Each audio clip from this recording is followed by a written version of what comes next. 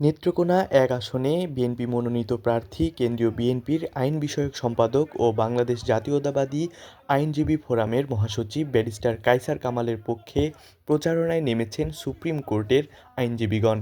শুক্রবার বিকেলে পৌর শহরের বিভিন্ন এলাকায় এ প্রচারণা করেন তারা।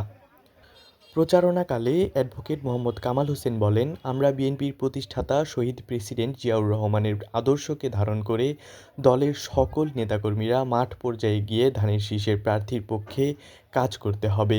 আমাদের এই আসনে যিনি মনোনয়ন পেয়েছেন তিনি নির্বাচিত হলে আমাদের এলাকার উন্নয়ন হবে।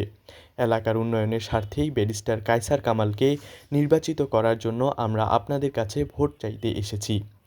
আপনারা সকলেই ধানের শীষের প্রার্থীকে নির্বাচিত করুন। আগামী জাতীয় নির্বাচনে ব্যক্তির পক্ষে নয়, ধানের শীষের পক্ষে সকল পর্যায়ের নেতাকর্মীদের একত্রিত হতে হবে। ধানের শীষের বিজয় নিশ্চিত করতে সবাইকে এক হয়ে মাঠে কাজ করার জন্য আহ্বান জানান।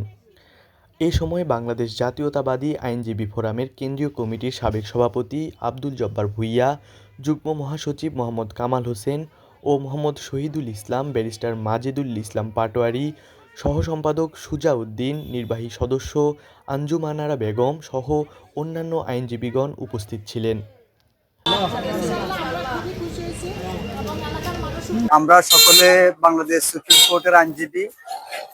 আমাদের বাংলাদেশ জাতীয়তাবাদী আইনজীবী ফোরাম কেন্দ্রীয় কমিটির অনেক নেতৃবৃন্দ এখানে উপস্থিত আছেন।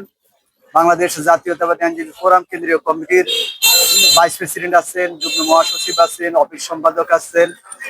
আমরা সকলে এখানে এসেছি আমাদের বাংলাদেশ জাতীয়তাবাদী আইনজীবী ফোরাম কেন্দ্রীয় কমিটির মহাসচিব জনাব ব্যারিস্টার কায়সার কামাল, বাংলাদেশ জাতীয়তাবাদী দল বিএনপির আইন বিষয়ক সম্পাদক এখানে বাংলাদেশ জাতীয়তাবাদী দল বিএনপির পক্ষ থেকে নির্বাচনে প্রার্থী হয়েছেন। বিএনপির এই মনোনীত প্রার্থীর পক্ষে আমরা আজকে এই এলাকার সাধারণ জনগণের কাছে ভোট প্রার্থনা করতেছি।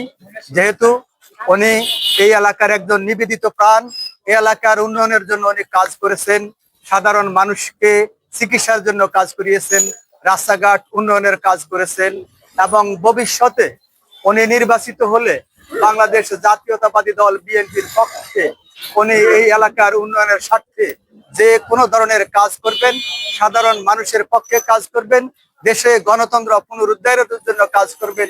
সেই কারণে আমরা আজকে এখানে এসেছি ওনার পক্ষে এই এলাকার সাধারণ মানুষের কাছে ভোট প্রার্থনা করার জন্য। তোবারক হোসেন খোকন এর তথ্য ও চিত্রে তাসবিহ আলওয়াসি, চ্যানেল 21, দুর্গাপুর।